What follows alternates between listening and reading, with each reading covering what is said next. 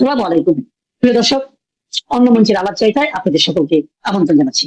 UCC বা uniform civil code বা অভিন্ন দেওয়ানি বিধি নিয়ে ভারতের রাজনীতি বর্তমানে বেশ উত্তপ্ত। পশ্চিমবঙ্গ নির্বাচনের প্রচারে বারবার প্রসঙ্গটি তুলেছেন প্রধানমন্ত্রী, স্বরাষ্ট্রমন্ত্রী, উত্তরপ্রদেশের মুখ্যমন্ত্রী এবং অন্যান্য কেন্দ্রীয় নেতারা। ইউসিসি বা ইউনিফর্ম সিভিল কোড চালু করা এবার বিজেপির পরবর্তী টার্গেট। উত্তরাখণ্ড রাজ্যে ইতিমধ্যে ইউসিসি আইন লাগু হয়ে গেছে।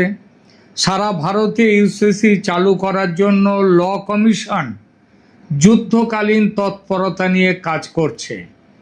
এসআইআর এর বিরুদ্ধে মমতা ব্যানার্জির সরকার আদা জল খেয়ে লড়াইয়ে নেমেও এসআইআর আটকাতে পারেনি।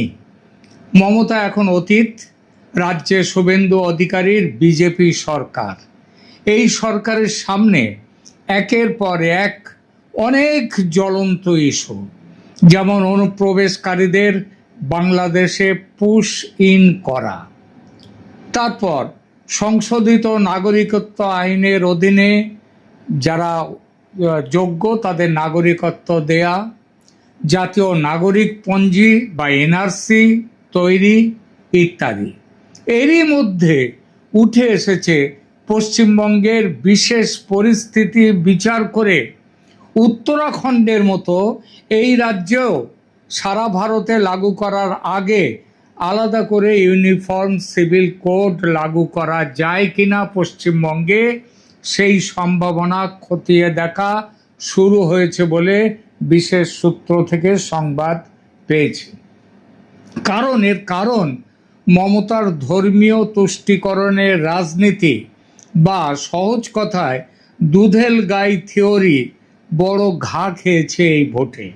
এই সময় বাজার লোহা গরম থাকতে থাকতে ইউসিসি আইন আনলে একটা মাইলস্টোন পেরোনো যাবে। খুব একটা অসুবিধাও নেই, কারণ সামনে তো আছেই উত্তরাখণ্ড মডেল। এই প্রেক্ষিতে ইউসিসি জিনিসটা কি, একেবারে সহজ ভাষায় সেটা নিয়ে একটু আলোচনা করি। প্রথমে বলি বিজেপি কেন এই বিষয়টি সামনে আনছে, গুরুত্ব দিচ্ছে, তার পেছনে আদর্শগত, আইনি এবং কৌশলগত কি কারণ রয়েছে। দীর্ঘদিনের আদর্শগত প্রতিশ্রুতি বিজেপির তিনটি প্রধান স্তম্ভ প্রতিশ্রুতির। 1 নম্বর ছিল অযোধ্যায় রাম মন্দির নির্মাণ, 2 নম্বর কাশ্মীর থেকে 370 ধারা বিলোপ, 3 নম্বর সারা দেশে অভিন্ন দেওয়ানি বিধি বা ইউসিসি চালু করা। প্রথম দুটি কাজ হয়ে গেছে, এখন তৃতীয় লক্ষ্যটি পূরণ করার পালা। এটি বিজেপির পক্ষ থেকে দেশকে দেয়া একটা পুরনো প্রতিশ্রুতি। শুধু যে বিজেপির প্রতিশ্রুতি নয়, এটা সুপ্রিম কোর্টের অ্যাডভাইসও বটে। সুপ্রিম কোর্ট বিভিন্ন সময়ে, যেমন শাহবানু মামলা বা সরলা মুদগল মামলা, সেখানে জানিয়েছে যে সংবিধানের 44 নম্বর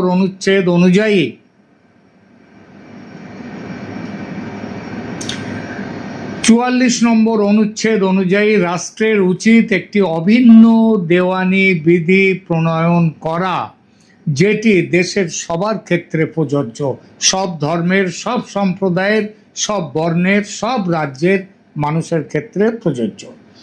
এছাড়া আর কি এর উদ্দেশ্য? লিঙ্গ বৈষম্য দূর করা ও নারীর অধিকার রক্ষা।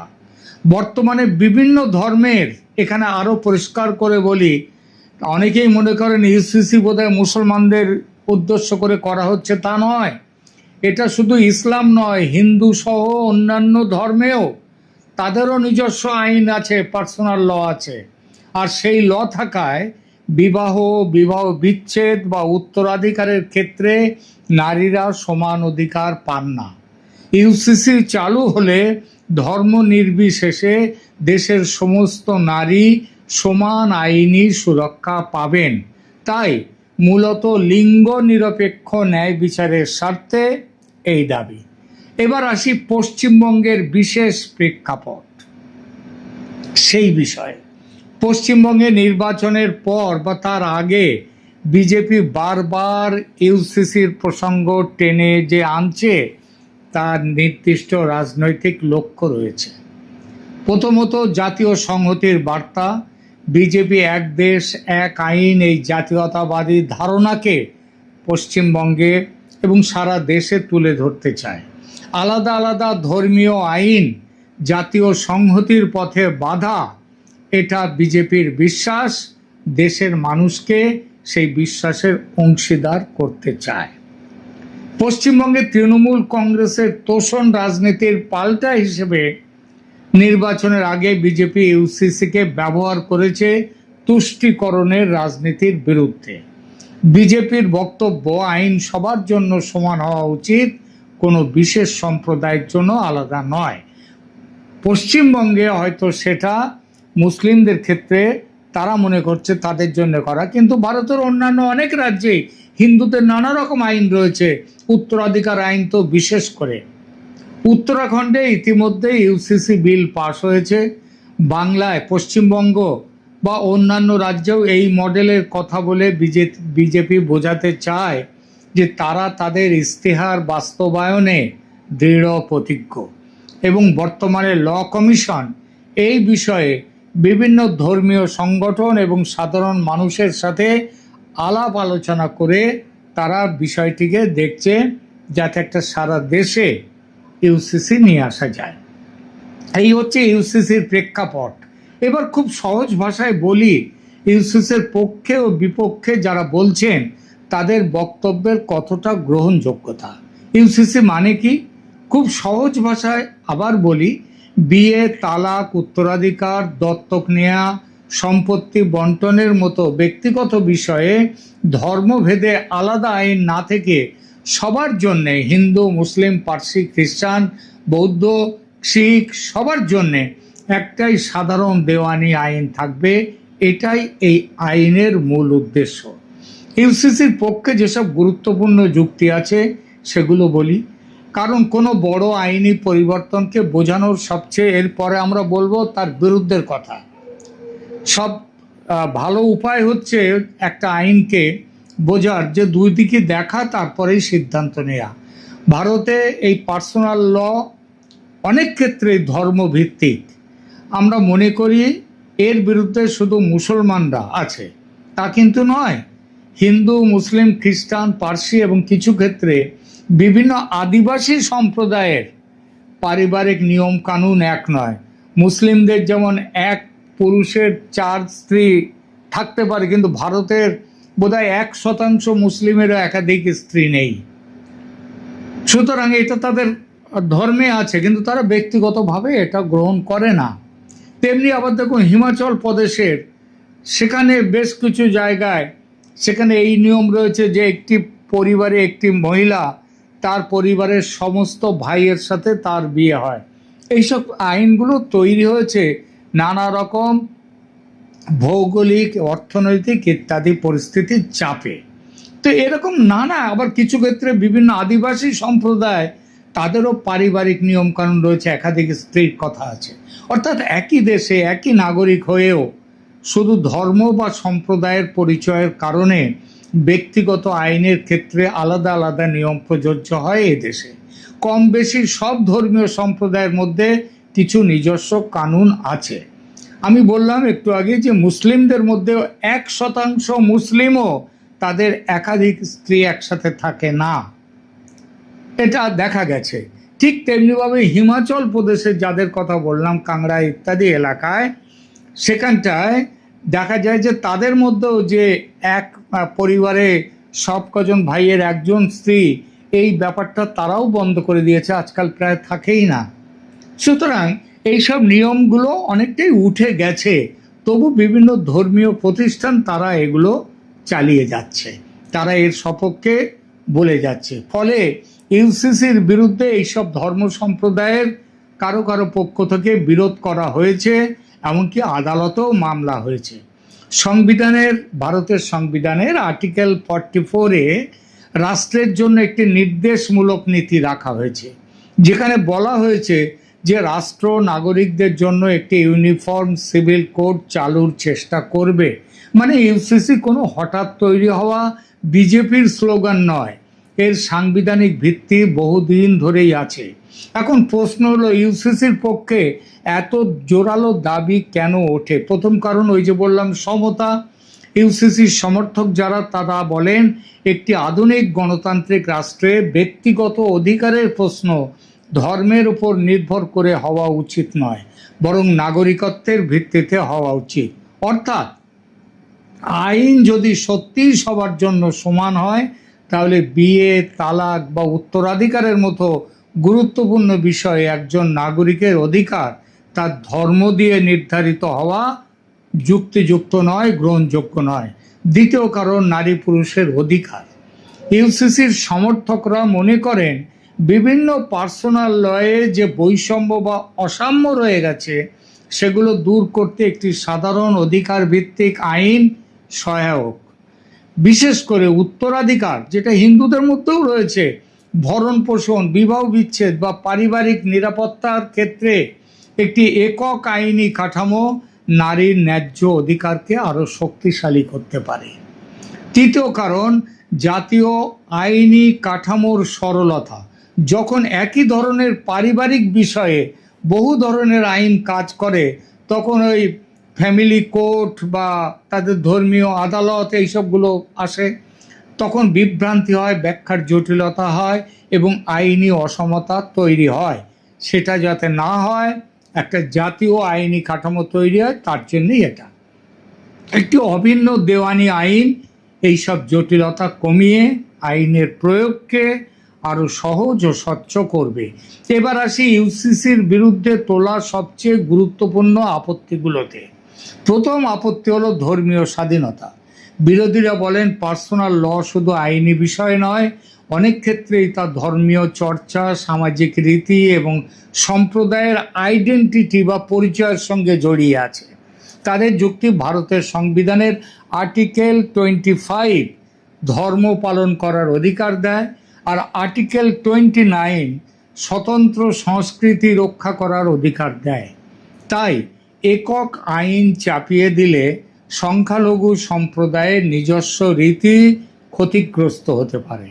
এই আপত্তির ভাষা যত না সাধারণ মুসলমানদের, তার চেয়ে বহুগুণ বেশি করে তাদের ধর্মীয় সংগঠনগুলো, কারণ তারা একটা বিরোধকে জিইয়ে রেখে দিতে চায় এবং জাতীয় সংহতির বিরুদ্ধে কাজ করতে চায়। দ্বিতীয় আপত্তি আসে সাংস্কৃতিক বৈচিত্র্যের প্রশ্নে। এই বিরোধ আসে মূলত তথাকথিত সেকুলার বুদ্ধিজীবীদের পক্ষ থেকে। তারা বলেন, ভারত এমন একটি দেশ যেখানে একাধিক ধর্ম, ভাষা, জাতিগত গোষ্ঠী ও প্রথা একসঙ্গে সহাবস্থান করে। এই বাস্তবতায় ওয়ান ল ফর অল শোনাতে আকর্ষণীয় হলেও বাস্তবে তা নাকি সামাজিক বাস্তবতা, বহুস্তরীয় যে সামাজিক বাস্তবতা, সেটাকে অতিরিক্ত সরল করে ফেলবে। তৃতীয় আপত্তি আদিবাসী সমাজকে ঘিরে। বহু ট্রাইবাল কমিউনিটির নিজস্ব কাস্টমারি ল আছে, বিশেষ করে জমি, পরিবার, বিবাহ ও উত্তরাধিকারের বিষয়ে। তাদের আশঙ্কা, ইউসিসি যদি তৈরি হয়, তাহলে এসব ঐতিহ্যগত অধিকার ও সামাজিক কাঠামো দুর্বল হয়ে যাবে। চতুর্থ আপত্তি প্রবল রাজনৈতিক। ইউসিসি নামের আইনটি যদি সত্যিকারের নিরপেক্ষ নাও হতে পারে, এইটা হচ্ছে তাদের বক্তব্য। তারা বলবে হিন্দুর আইন মুসলমানের ওপরে চাপিয়ে দেওয়া হচ্ছে, এইগুলো বলবে। সেই জন্যে তারা এর বিরুদ্ধে আপত্তি তোলে। এইসব আপত্তিকে হালকা করে দেখার সুযোগ নেই, কারণ আইন শুধু কাগজে লেখা নিয়ম নয়, মানুষের আস্থা ছাড়া কোনো আইন বৈধতা পায় না। আবার এটাও ঠিক, মানুষের আস্থা তার মর্যাদা দেওয়ার আড়ালে অন্যায় আবদার মেনে নেওয়া যায় না। তাহলে আসল প্রশ্ন, এত আপত্তি থাকার পরও ইউসিসির পক্ষে দাঁড়ানো উচিত কেন? কেন সুপ্রিম কোর্ট সেই রাজীব গান্ধীর আমলের শাহবানু মামলা থেকে বলে আসছে এই আইনের কথা? কারণ রাষ্ট্রের কাছে একজন মানুষের প্রথম পরিচয় হওয়া উচিত নাগরিক হিসেবে আগে সে ভারতীয়, সে হিন্দু না মুসলিম না খ্রিস্টান না পার্সি না বৌদ্ধ না শিখ, সেটা পরের ব্যাপার। একটি ধর্মীয় গোষ্ঠীর সদস্য হিসেবে তার পরিচয় নয়। যখন বিয়ে, তালাক, উত্তরাধিকার বা দত্তকের মতো বিষয় মানুষের মৌলিক জীবনকে প্রভাবিত করে, তখন সেখানে ন্যায্যতা, সমতা এবং সাংবিধানিক অধিকারী হওয়া উচিত চূড়ান্ত মাপকাঠি। আমাদের সংবিধানের আর্টিকেল 44-এ ইউনিফর্ম সিভিল কোডের ধারণা রাখা হয়েছিল এই কারণে, একটি আধুনিক নাগরিক কাঠামো গড়ে তোলার জন্য। ইউসিসির সমর্থন মানে এই নয় যে ভারতের বৈচিত্র্য মুছে ফেলো, বরং এর মানে এটাই যে ধর্মীয় পরিচয় থাকবে, সাংস্কৃতিক বৈচিত্র্য থাকবে, কিন্তু নাগরিক অধিকারের প্রশ্নে কোনো বৈষম্য থাকবে না। অর্থাৎ উৎসব এক হতে হবে না, প্রার্থনার ভাষা এক হতে হবে না, রীতি এক হতে হবে না, কিন্তু আইনের চোখে মর্যাদা ও অধিকার এক হওয়া উচিত। আর এখানে ইউসিসির পক্ষে সবচেয়ে বড় নৈতিক যুক্তি। ইউরোপ, আমেরিকা সহ পশ্চিমের বহু সভ্য দেশে মুসলিমরা আছেন এখন। তারা সেসব দেশের নাগরিক, কিন্তু তারা একটাই ব্যক্তিগত আইনের অন্তর্ভুক্ত। তাদের নিজস্ব কোনো ব্যক্তিগত আইন নেই, তারা সবই একই দেওয়ানি আইনের অন্তর্ভুক্ত। ব্যক্তিগত আইন বলে আলাদা কিছু নেই সেসব দেশের মুসলিম নাগরিকদের জন্য। একাধিক পত্নী রাখা ইউরোপ, আমেরিকায় কঠোরভাবে নিষিদ্ধ। বিবাহ বিচ্ছেদ, সম্পত্তির উত্তরাধিকার একটাই সাধারণ আইন। সেখানকার মুসলিমরা সে আইন মেনেই আছেন এবং ভবিষ্যতেও থাকবেন। আর ভারতের যে তথাকথিত সেকুলার বুদ্ধিজীবী, রাজনৈতিক ও ধর্মীয় নেতারা ইউসিসির বিরোধিতা করেন, তারা কিন্তু পাশ্চাত্যের কমন সিভিল কোডের বিরুদ্ধে কথা ভুলেও বলেন না। কিন্তু ভারতে তাদের বিপরীত অবস্থান। এর পেছনে আছে যত না ধর্মীয় ঐতিহ্য রক্ষা করা, তার বহুগুণ বেশি আছে ভূ রাজনীতি। ভারতকে ধর্মের আবরণে বিচ্ছিন্ন করে রাখার চক্রান্ত। তারা চান যেন জাতীয় ঐক্য গড়ে না ওঠে, ভারত দুর্বল থাকুক, এটাই চান তারা। আর বিজেপি ভারতকে সবল করতে চাইছে, সুতরাং বিজেপির এই ইউসিসির বিরোধিতা, 370 ধারার বিরোধিতা, এইগুলো তারা করে এসছেন। তাই শেষ কথা হলো, ইউসিসির বিরোধীদের সব কথা আপাতভাবে ভুল নাও মনে হতে পারে। তাদের কিছু উদ্বেগ ঐতিহ্য রীতিনীতির দিক দিয়ে অংশত বাস্তব হতেই পারে, কিন্তু সেই উদ্বেগের কারণে সমতার প্রশ্ন থেকে পিছিয়ে যাওয়াটা কোনো সমাধান নয়, হতে পারে না। ভারতের মতো গণতন্ত্রে লক্ষ্য হওয়া উচিত বৈচিত্র্যকে সম্মান করা, কিন্তু নাগরিক অধিকারে বৈষম্য না রেখে একটি ন্যায়সঙ্গত অভিন্ন দেওয়ানি আইন গড়ে তোলা। সোজা কথায় ইউসিসি হওয়া উচিত এক জাতি, এক নাগরিক মর্যাদা এবং সমান অধিকারের প্রকল্প। ধন্যবাদ।